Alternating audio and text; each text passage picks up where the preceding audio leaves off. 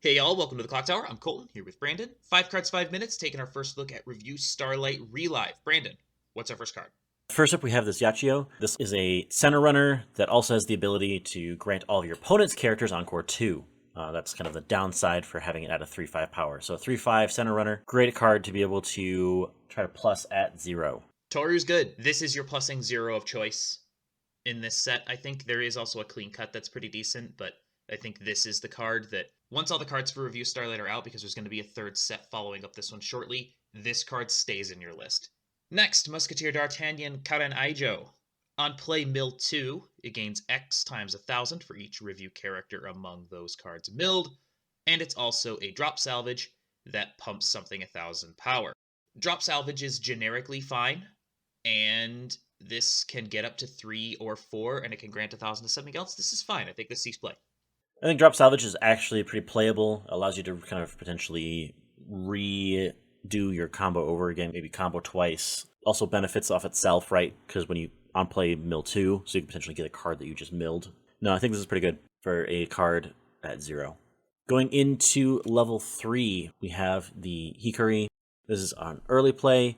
On your turn, assuming all your characters are Revue, which they should be, it gains 2k power, and it also is a stock healer, so ditch a card and heal to stock. Similar profile, we've seen this over and over again. This is the same thing we've seen in Konosuba. This is a generically good card, especially since it's on trait. The reason that we're talking about these cards that are just like kind of generic good profiles is because the rest of the set's just not very good. Just going to be honest, it's not a very good set. It gets a whole lot better when the third set comes out. This and the center runner are like the two cards that are probably auto includes in basically every list, even after the third set drops. Water Goddess is still good. You play this card. It's a one-stock beater that heals. Next, the last of the Musketeers, Mahiru. It's a 3-2-10k combos with Standby.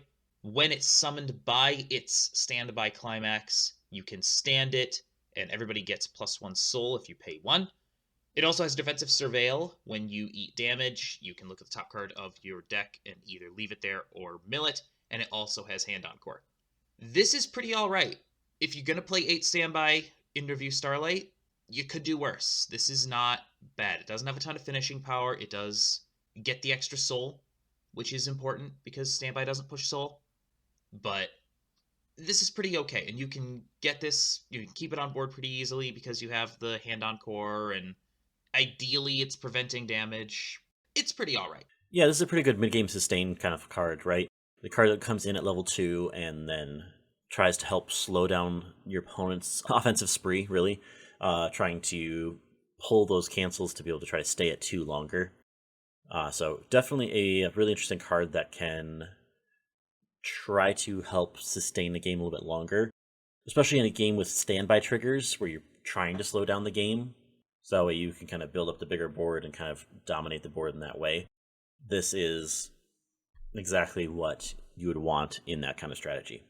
And in a world where soul trigger counts are just skyrocketing, Check and Wreck just got better. It makes it less likely that you're going to eat that 3 or 4.